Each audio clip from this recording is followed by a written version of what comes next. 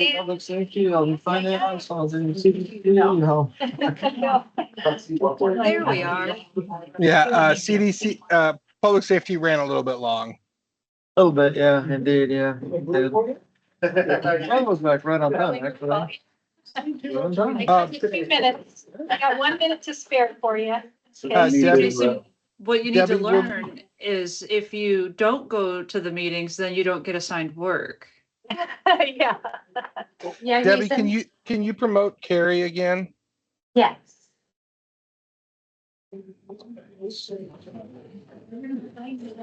Yeah.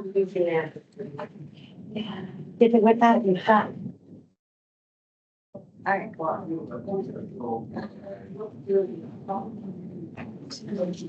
It is 5 o'clock. It is, do you know if Gary's around? She's she's right there. She's remote. Ms. Tubler, greetings, thank you. So we can begin our finance committee this evening. I believe it is 5 o'clock, right? Do we have everything set up for that? Okay. So this is the finance committee meeting for August 13th. And we can talk about our minutes if we need to have any changes there or anything. We have all the roll calls been done, so all the council members are present. I did not see any changes to the minutes. Carrie, any changes needed to the minutes or anything? Okay, thank you very much. We'll move along then to the department reports and presentations. And I think Brian's here. Yes, thank you for your personnel updates. Thank you. Yeah. We recently submitted some hire letters to a maintenance worker one. This was someone who was in the street department who promoted over to water. Yeah. We also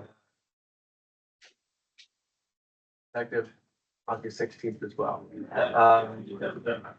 There's one position that we are currently advertising for that's not on here. That's a fleet manager. That closes August 22nd. We also do have an upcoming separation, the next day or two, accounting specialist one in the finance department, lots of again. So we'll be hiring for that as well. Are there any questions? So the open positions, there are of course available on the website for people to see those. Yes. So it's okay, very good. Deputy Brian. Mayor. Yeah, go ahead, Sherry. Just real quick, if everybody in the room can remember to not chit chat. We're getting a lot of, at least I'm getting a lot of feedback from something in the room. It's probably the hallway. Perfect, thank yeah. you. Yeah, there was some leftover from the public safety. There's a lot of people in that meeting chatting with some other folks, so yeah. Thank you. Thank you.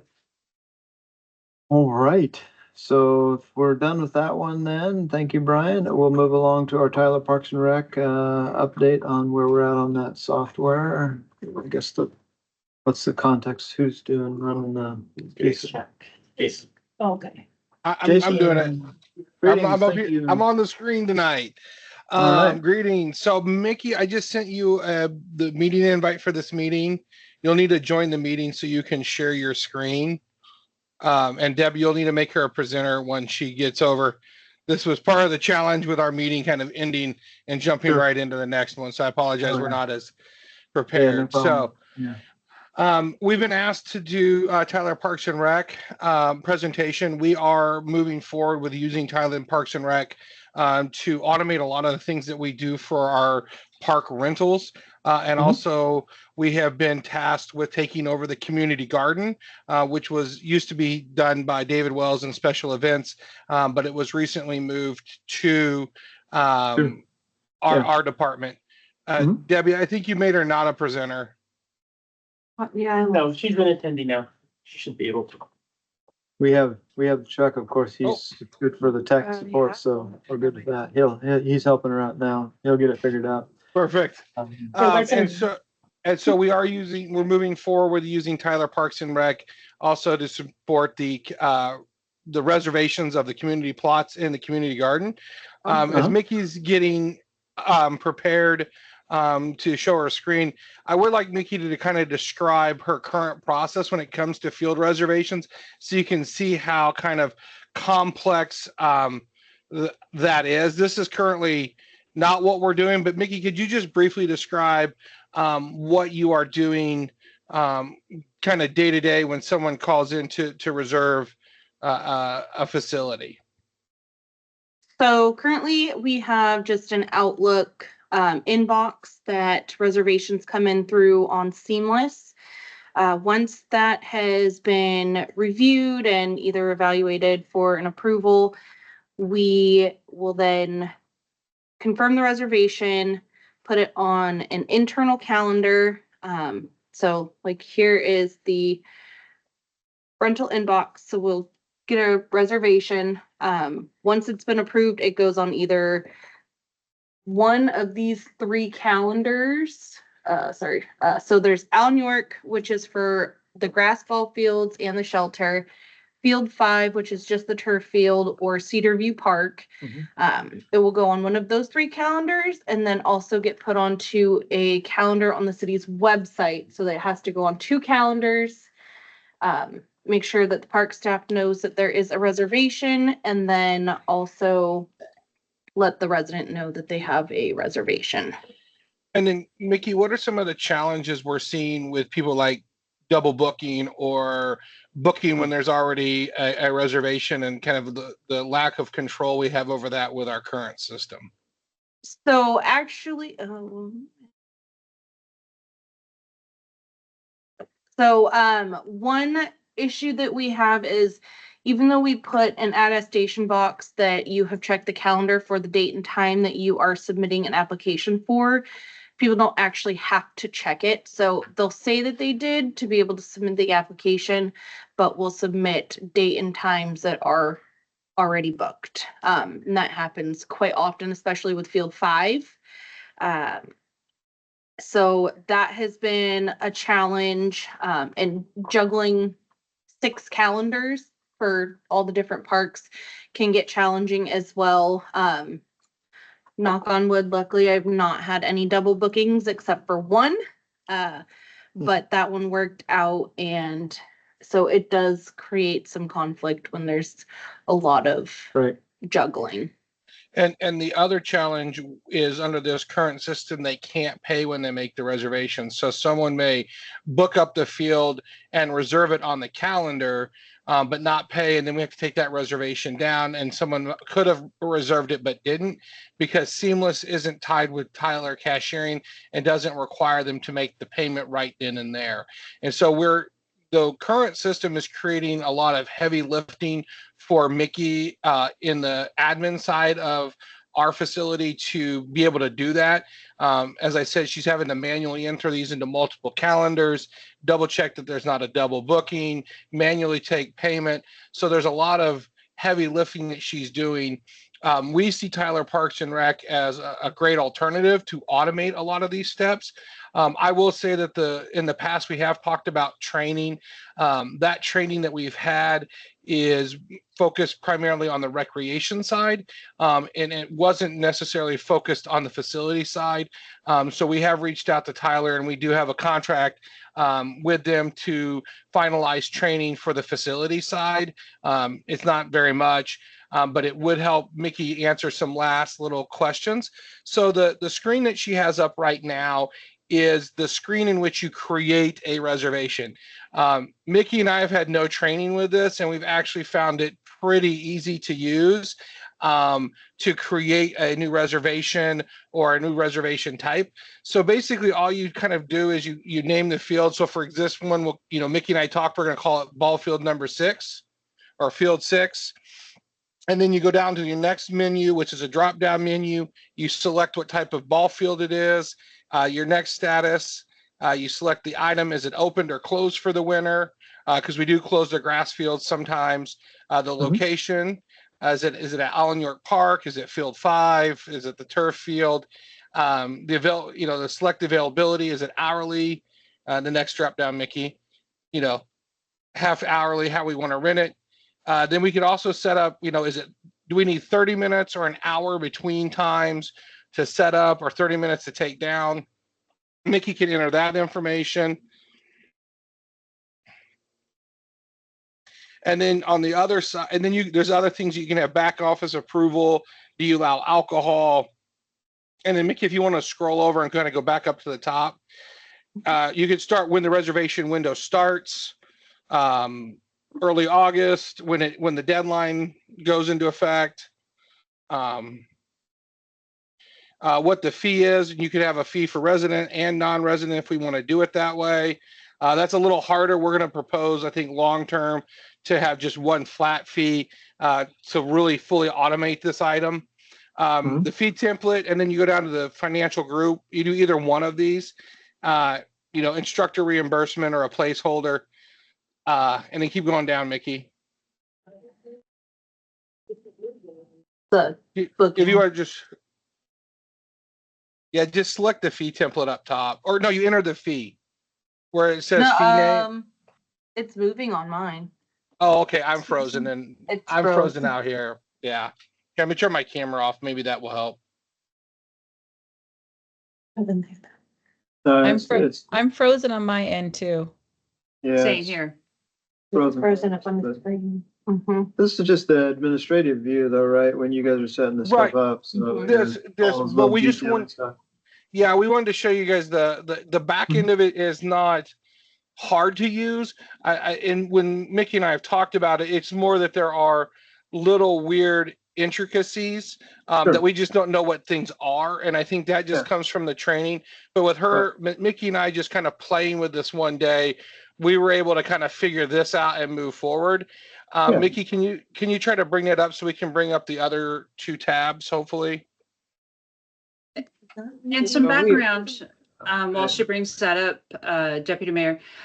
We had talked about the reason this came forward, and I know Jason wasn't at that last meeting, was more of a demonstration to the council because you guys were trying to decide whether or not to have recreation go forward with TPAR. And you kind of wanted to know Jason and Mickey's experience and any issues they may or may not have had while we decide on whether recreation uses TPAR or whether we pay for another software. And then we'd kind of had a conversation that it didn't make a lot of sense to have planning on one software and recreation on a separate software. So Mickey, can you go to the second tab? I think we've already showed this and kind of, it's not hard to use. It's just more of walking through the different steps. So Mickey, could you go to tab 2 up there on top? Yep. The one thing I wanted to point out on here was the minimum and maximum. Mic Sorry, and speaker. there we go. Is that right? Yep, okay. Minimum and maximum days booked in advance, which helps because we do have people who will book Sure. like 4th of July, July 6th for the next year Yeah. because they had an event and they want to do it again. So sometimes that can be hard. So that is nice because you can limit it to just the current year that we're in. And if you, Mickey, can you scroll down real quick? And then there's things that we can do, description, what the registration receipt note will say, kind of what add-ons we want to show, notes we want to show, blackout periods. Blackout periods are when we would say, hey, it's not reservable because that's Tunes at Taps or the Labor of Love Triathlon. When we're using the park, we automatically can put those blackout dates in so that nobody can reserve the park. So if you want to go to the next one, Mickey, to the next tab. So this is what it looks like to the front end user. When you go to reserve a field, as you can see, Mickey and I were able to get the community garden one up there. We're still figuring out how to make it all work, but we were able to get the tab up there. So that's a membership option where if you've bought a membership to the community garden, you would renew your membership through this. Right now, we think that would be a much more efficient process. Currently, they get a list, we give that to the garden gives us a list back of who's paid, we give that to finance collects the money and then sends us a receipt to tell us they paid that we then give back to the community garden. So that is by the definition a very not lean process.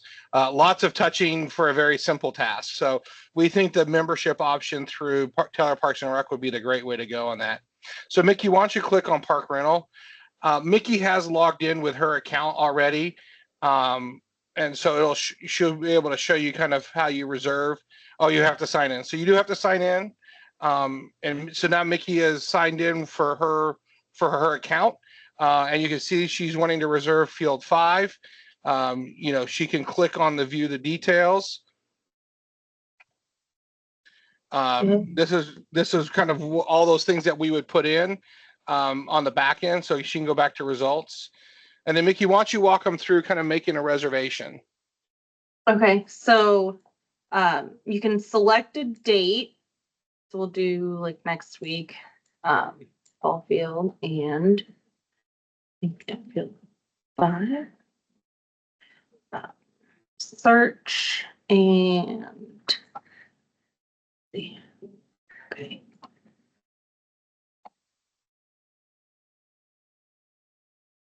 So we could select a time, put the end time.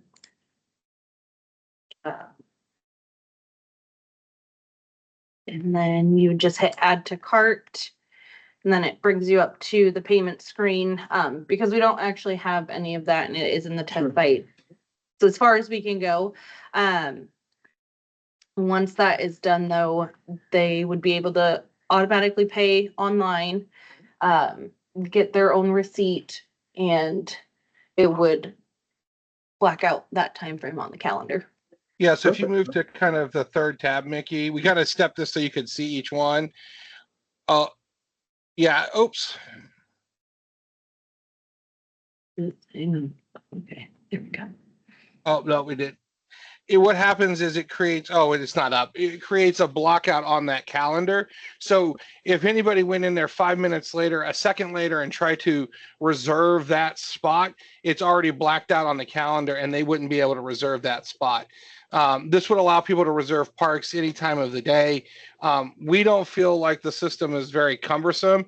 We do feel like there are some items in their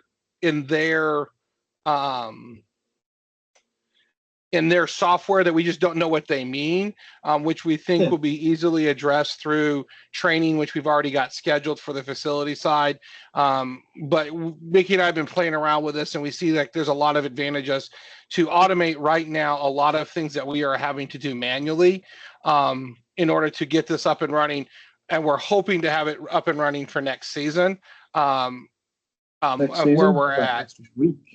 Well, we had hoped to have the training earlier, but we put the training on hold until we had this presentation with the council and got kind of feedback from the finance committee that this is the way you wanted us to move forward. In doing that, we had to push the training to October because that's when Tyler was available to do the training. So we're really talking November-ish, December-ish before we can go live, just because of the way the calendar has shifted. Yeah. It sounds like you guys got it really quite figured out.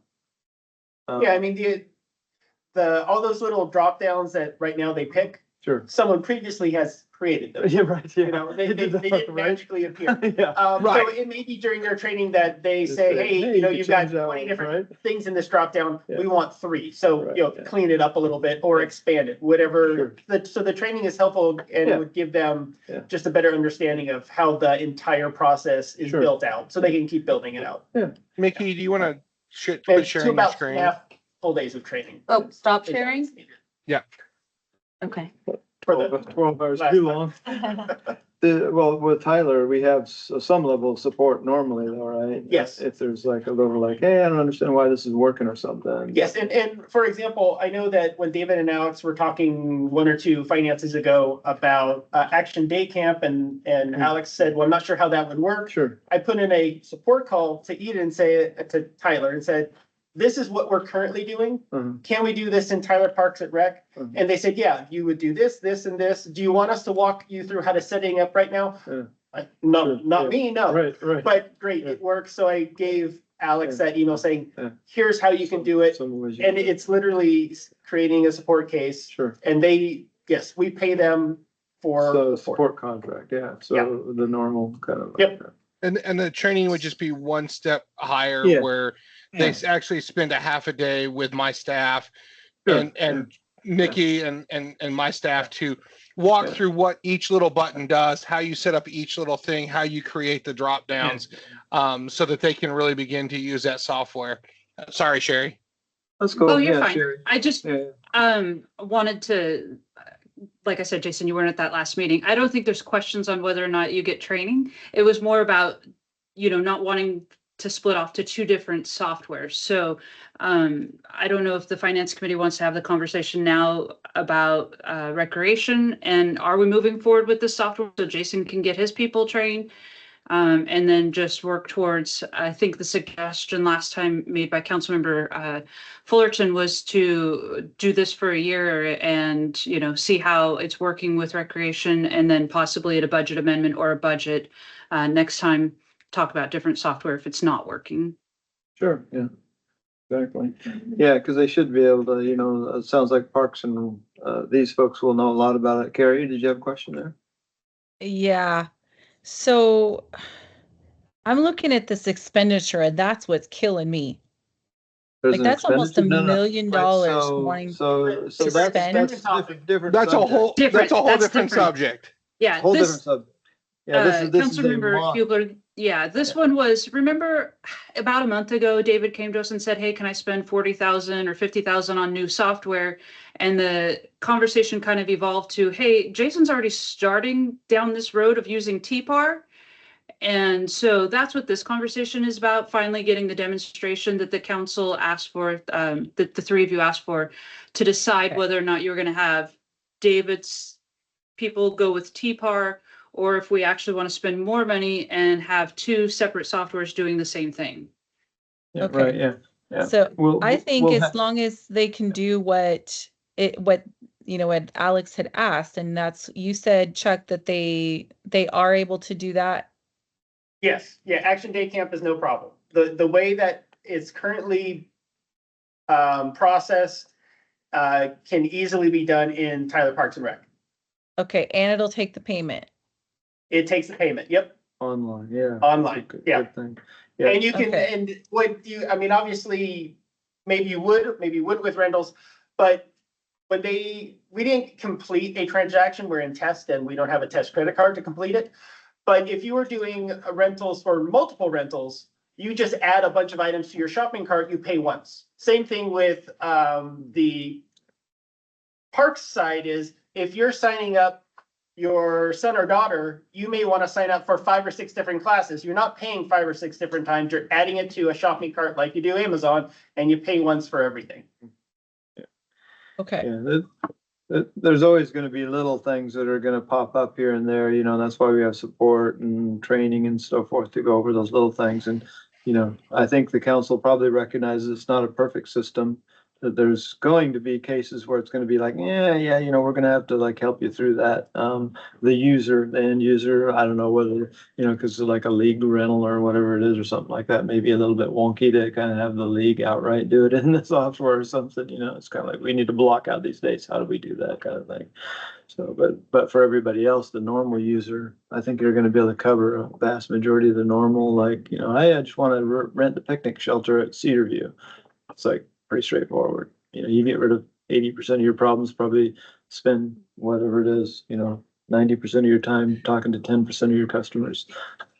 Yeah, and so we've actually talked about the league rentals as well, Deputy Mayor Swatman.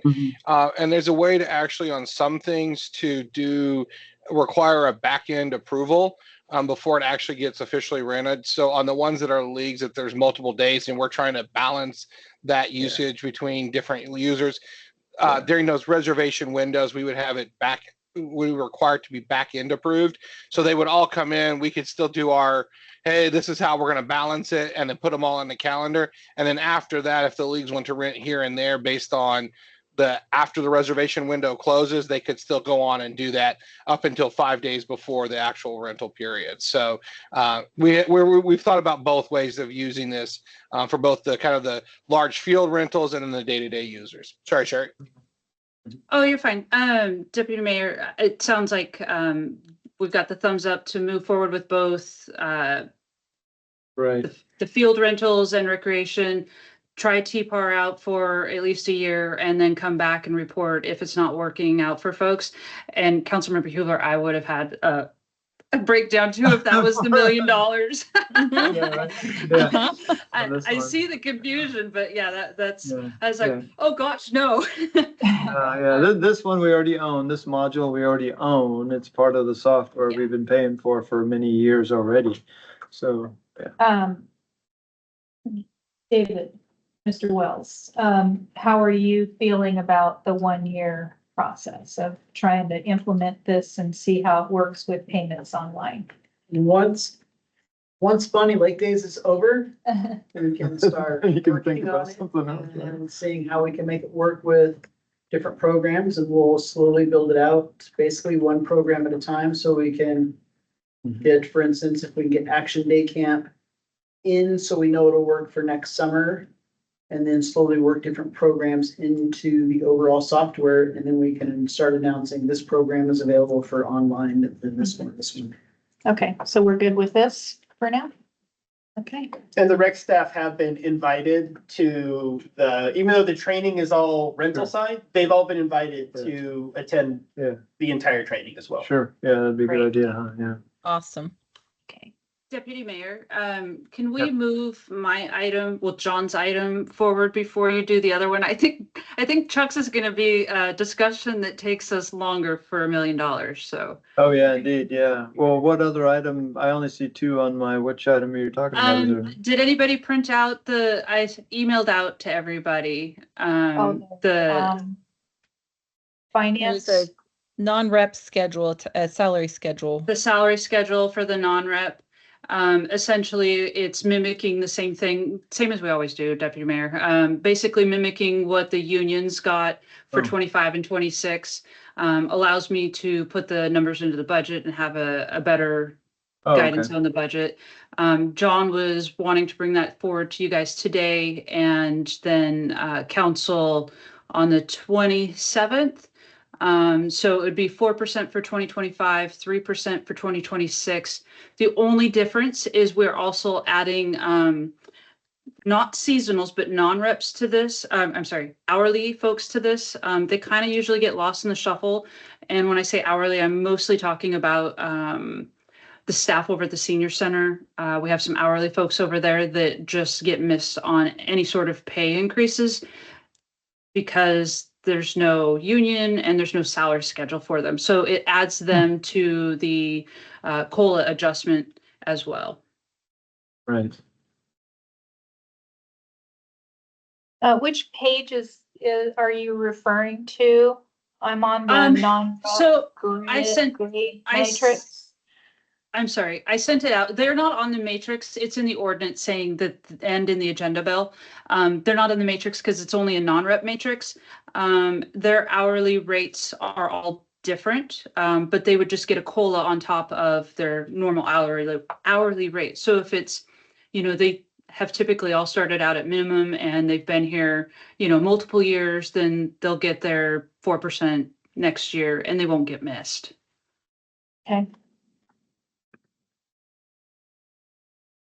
So you're just adding them to the schedule to make sure that they don't get missed? Yeah. Yep. Okay. Sue usually comes to me at budget time and says, hey, can we give these people a raise? And instead of doing that just doesn't make sense. We can just add them to the normal hourly, the ordinance that says that they get the raise. Now, this ordinance, to put this in, this is something that is part of the next budget that we'll be putting in as well.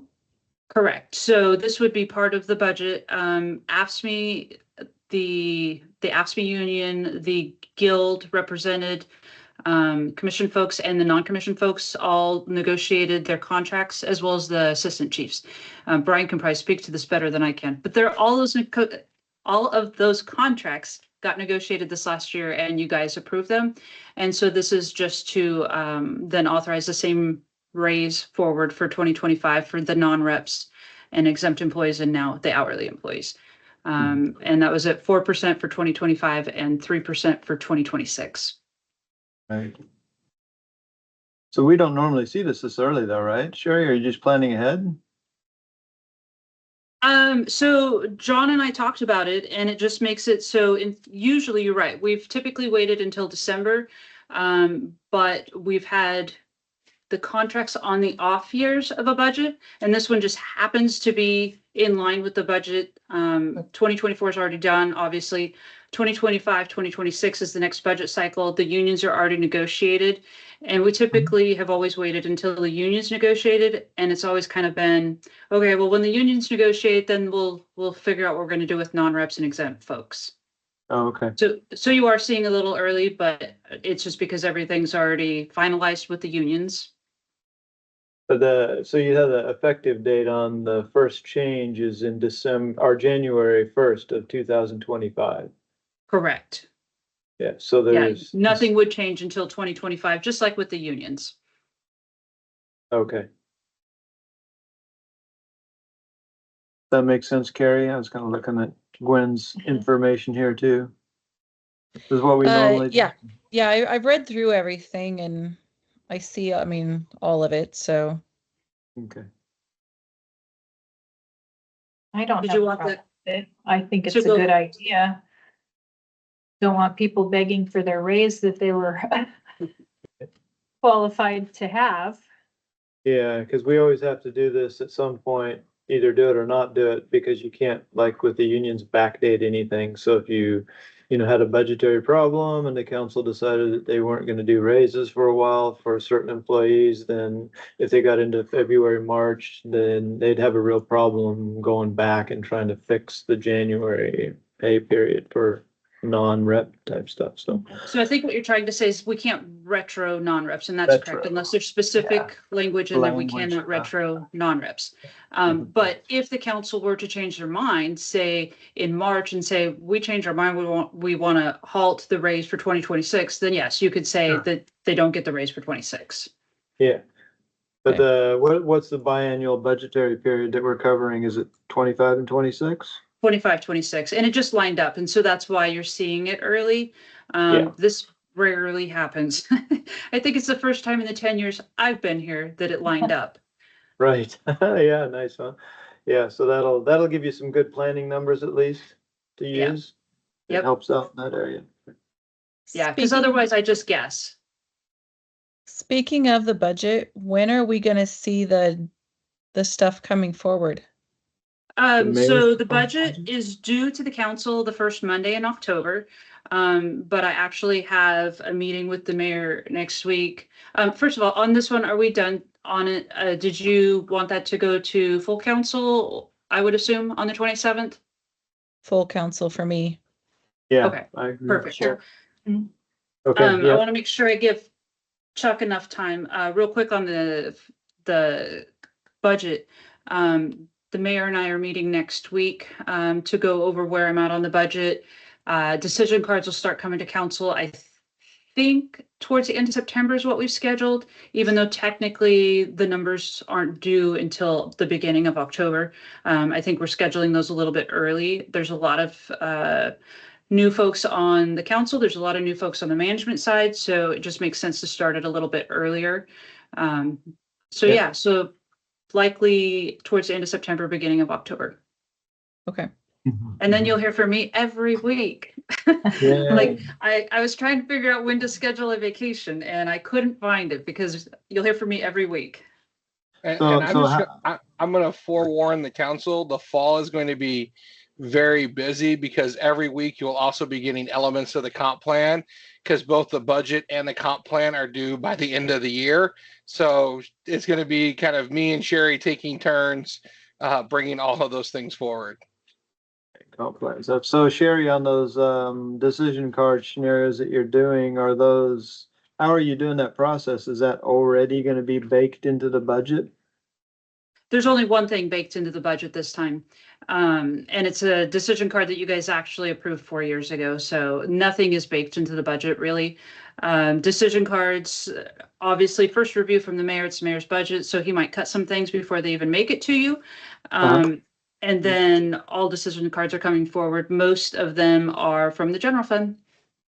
Yeah. And then I think Carrie's question was,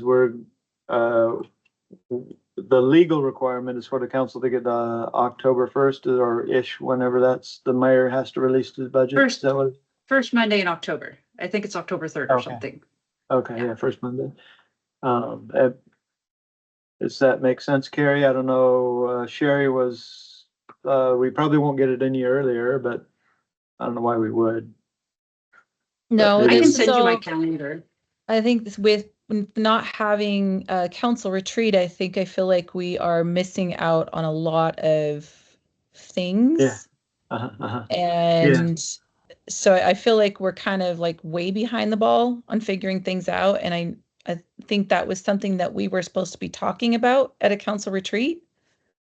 Yeah, that's what I was thinking too. I was thinking that with everybody on board now that we could schedule something real tight on just the budgetary requirements.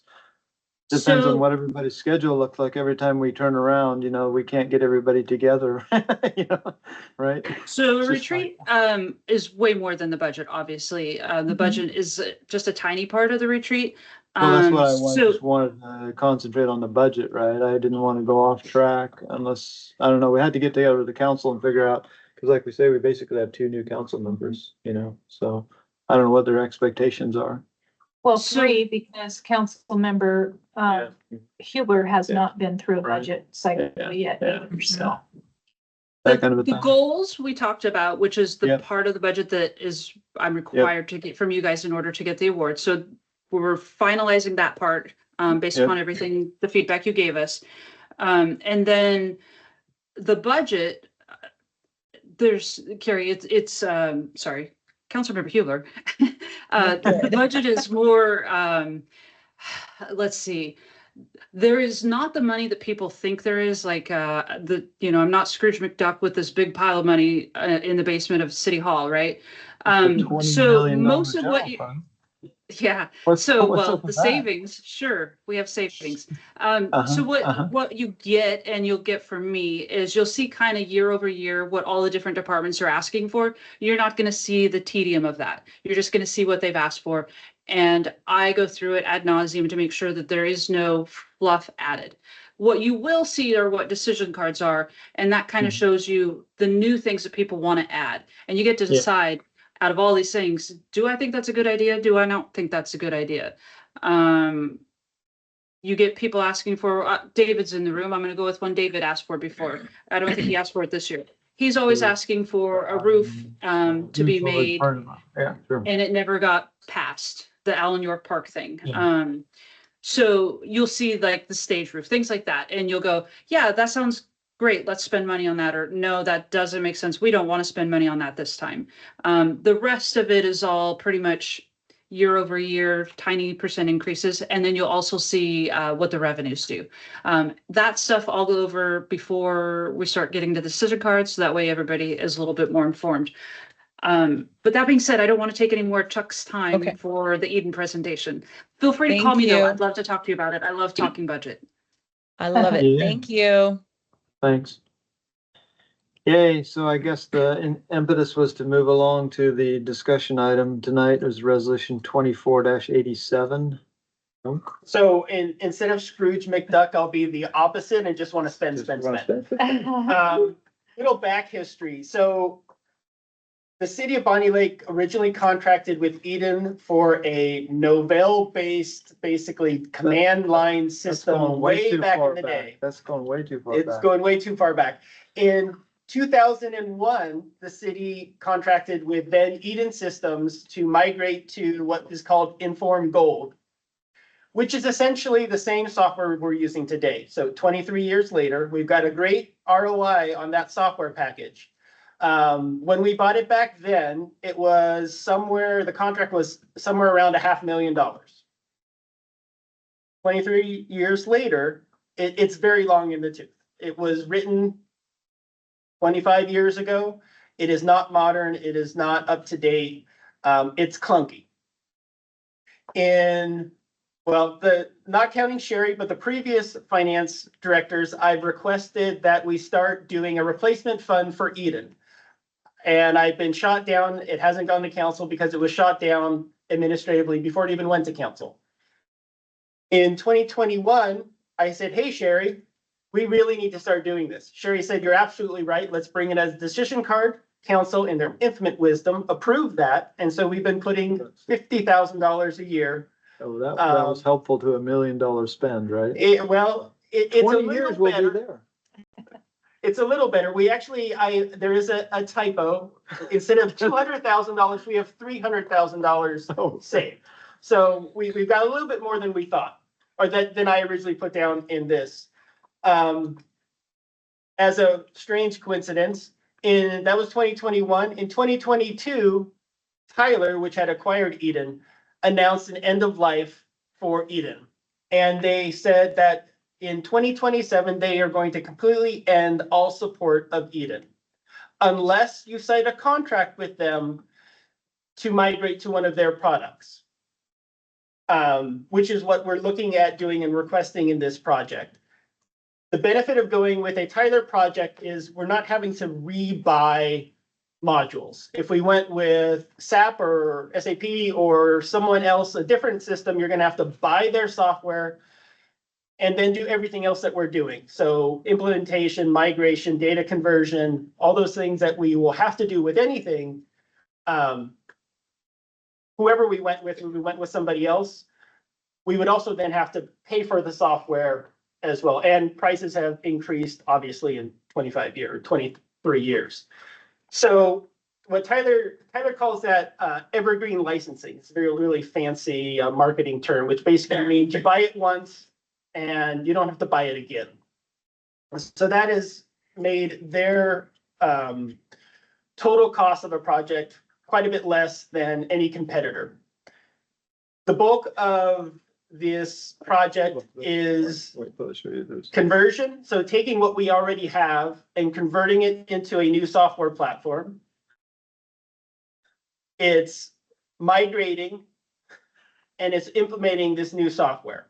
So that's about $500,000 right there in training, conversion, implementation.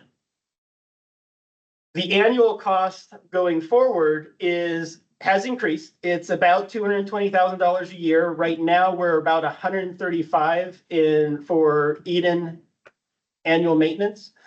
But the benefit of this is it's software as a service. They host it. They host all of our data. They host the servers. The SQL, all that backend stuff that is on my plate right now is shifted up to the magical cloud of Amazon. Well, yeah, to some extent. You To still some have you still are responsible for the backups and maintenance, all that kind of stuff.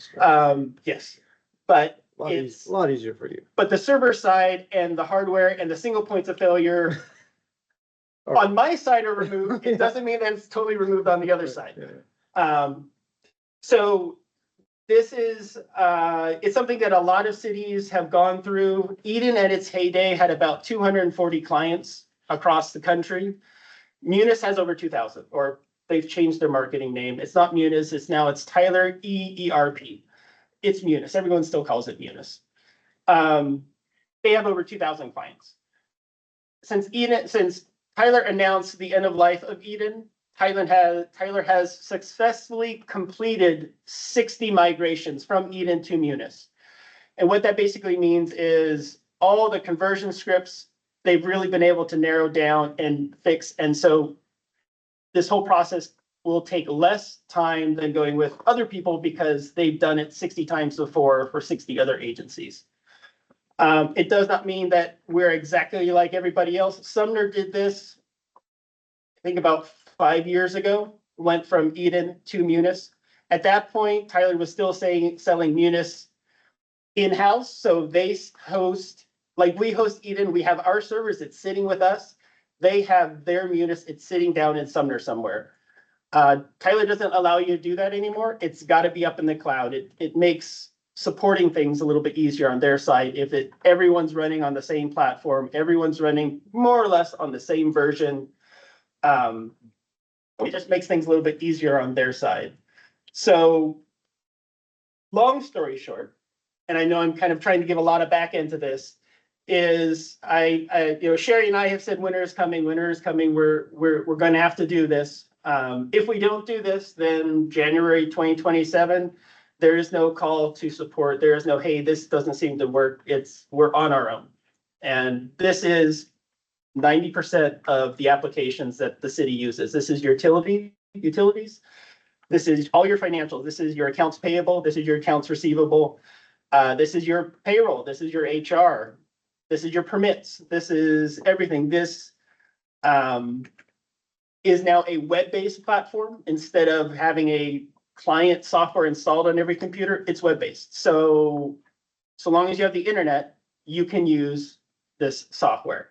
So it increases our flexibility. It does increase our disaster recovery. If, you know, we lose a fiber connection because a squirrel chewed one of our fiber lines, we're not down until we get it fixed. And we can rightfully laugh about that now, but when it happened, it did happen. Oh, yes, this is something that happened. And that fiber ran between all of our servers and the rest of the city. All of a sudden, you can't get anything. So having something up in the cloud, it does give us a little bit of extra protection for those things that can happen in a city that has squirrels. But I'm welcome to answer any questions. I think I probably rambled on long enough. Chuck, can I just say something real quick? Sure. From the permitting side, this is one of the most important things we can do to improve the efficiency in your permitting system. I don't know which council members I've talked to right now, but we do electronic submittals, which is great for the front end users. But right now, the way they get those submittals is they have to email. They basically fill out a seamless form, which basically emails them to one of our permit technicians. That permit technician then has to go into Eden, hand key in all of that information. Then contact the person who's applying for the permit and say, this is how much you owe us. And if they get a voicemail, leave them a voicemail, wait for them to pay it. Right now, Eden, if they go online and pay on Eden, it actually does not send the permit center an email saying that this person has paid. And so those permits can sit there and languish in either one of these steps. So moving to this platform for permitting is one of the things that we can do to improve staff efficiencies, and our future way we set up the permit center with only 2 permit techs was assuming that we were moving to this kind of a system with only having 2 permit techs, because really the old system demanded 3. This new system will demand the current staffing levels. It also makes it easier on the end user to pay right when they submit their applications, and to make sure those things go directly into the system versus the 7 or 8, 9 kind of steps behind the scene that we have to do to make it look like we're doing electronic permitting, when in reality we're just doing electronic submittal and everything else is still the old hand key way of doing it. I know, Chuck, thanks for letting me jump in there, but I just wanted to give a plug for the permit center. This is something that our permit center has been desperately needing for years, both from staff efficiency and just moving permits through the system at a faster speed.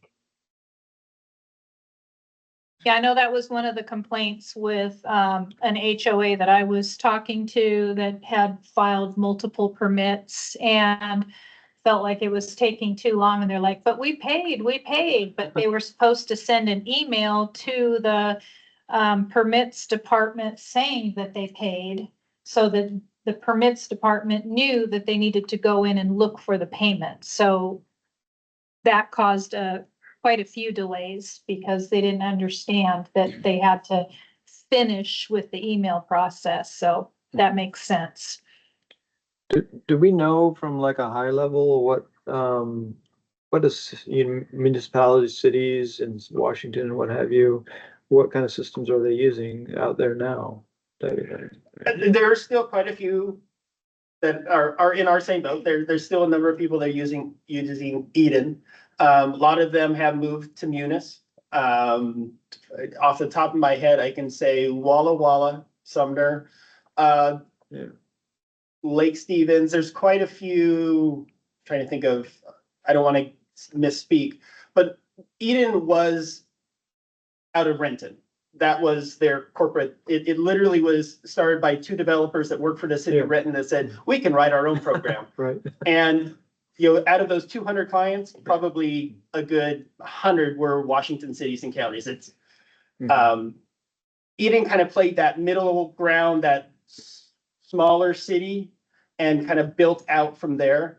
Auburn used Eden for a long time. I think they went with Munis, but they went with Munis probably 10 or 15 years ago.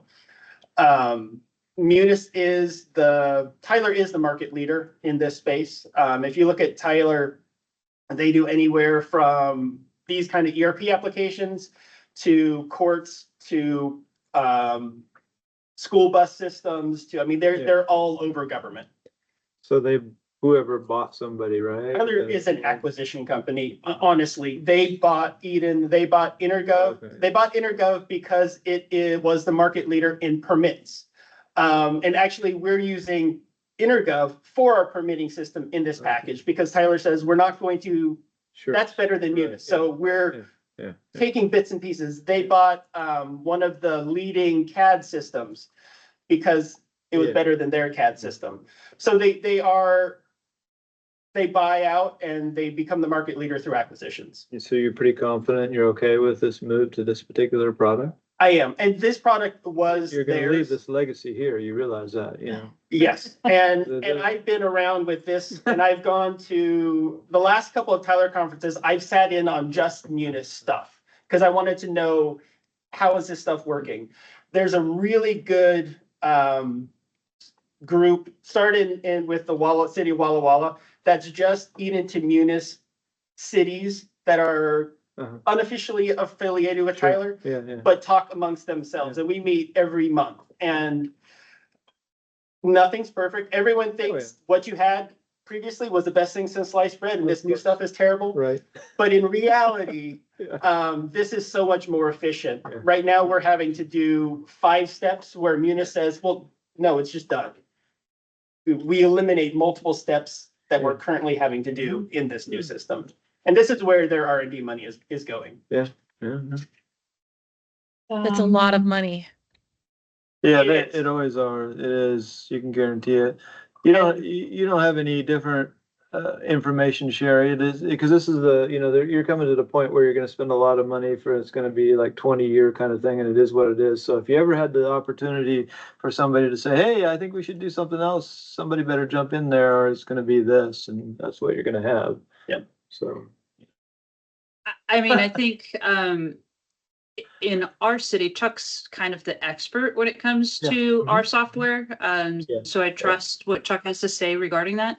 What Yeah. we're using right now, I think everybody would say it works. It's like clunky, like Chuck said. Yeah, you But can't it stay with works, it. so You have to do something. You have to if do it's something new. something, Chuck, like Chuck said, I think we have to sign a contract with them by sometime in 2026. So, I know Chuck wants to get started right away. If you guys delayed this 6 months or a year, I'd be okay with it because I'm having a hard time just keeping staff right now. So, Believe me, it's gonna take them 2 years to implement it at least. it's Great. Or three. Well- I'm planning this to be a 3-year transition. And the first thing is general ledger, AP, AR. That's at least a year. Uh-huh. Yeah. So yeah, this is a long That's me. process. Yeah, you guys will. When we went from Eden to Eden, that was over 2 years. This is Eden to Munis, which is 2 totally different software packages. So this is probably the largest internal project we'll have. Yeah, Which it is is. why a part of this is overtime and or an extra hire because Yeah. staff can't do everything in 40 hours. Carrie, you had a comment? Yeah. So I was just, going to talk about that with the overtime extra hire. Yeah. I have that. Councilmember Baldwin uses the word I pause, and I've picked up on that, and it just keeps popping out of my mouth, and I'm like, dang it. But I love her word. I do pause on the extra hire because that means that's another staff member that we are then going to be responsible for. So I'm not pro hiring extra people when we already have a very large staff, and we need to be careful on that kind of stuff. So authorizing overtime, as long as something, I mean, it's a lot of money. That's It is. It a absolutely lot. is. of money that's going to come out of our Yeah. where, Yeah. Sherry? Is that going to come out of our savings?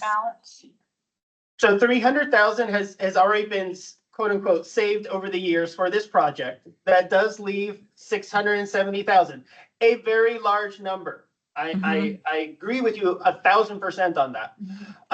But Sherry and I have talked, and the rest would be coming out of ending fund balance. So that is coming out of our cumulative reserve, so to speak. Yeah. And in terms of the extra hire versus overtime, the idea is the flexibility of departments. Some departments may say, hey, we have the ability to do overtime and keep that in-house and keep all the work. Other departments that may be much more leaner or have less people right now, I'm looking at finance, may say, you know what, for this next year, I really would like to have a limited term extra hire, which is not a permanent ongoing position. But I want to be able to have that flexibility for the departments to decide what's best for them. And again, we are not talking about adding an FTE. We're talking at most would be a limited, a defined period extra hire for a limited amount of time.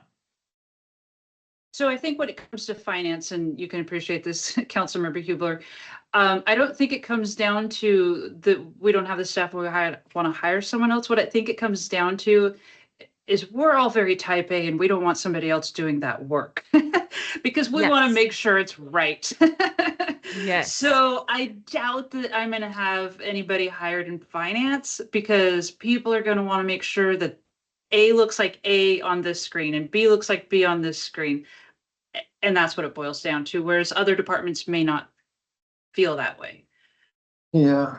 Yay. What's the process on this thing that we have scheduled? Full for? council? So this we have lots of time. So I'm not trying to rush it over. So if this wants to come back to next finance committee, I'm happy to bring it back here, or it can go to a workshop, or it can go to. Yeah, let's bring it back to the next finance committee to discuss further. I think you're going in the right direction. I think everybody's on the same page and everything. I think they just need to file out some more of the details of like the labor issues and stuff like that Carrie's talking about, and everyone. Make sure you get the resources necessary to make it a good project so we can get it done at some point. Delayed at least 6 months, I'd be happy. Well, there you go, right? Yeah, we can. I'm already getting a migrine from it. Good to know. We gotta go down to the council meeting, so if there's any other, you don't have anything, we're gonna go downstairs. Yay! The mayor's gone. So I love that background, Carrie. Downstairs, no matter what. Thank you. We're adjourned? We're adjourned. Is it one of the standard ones or did you take that picture? It's a standard one from the Like the thing here. background. Yeah. Make the Cool. I'll background. have to look for it. It's really pretty. I was like, I like the colors. Yeah, me too. Bye. See you We'll guys see at you the other meeting. downstairs. Bye. 3 minutes. Ms. Sires, do you want the original documents I scanned to you? Sure. Sorry. Oh, it's such cool, huh?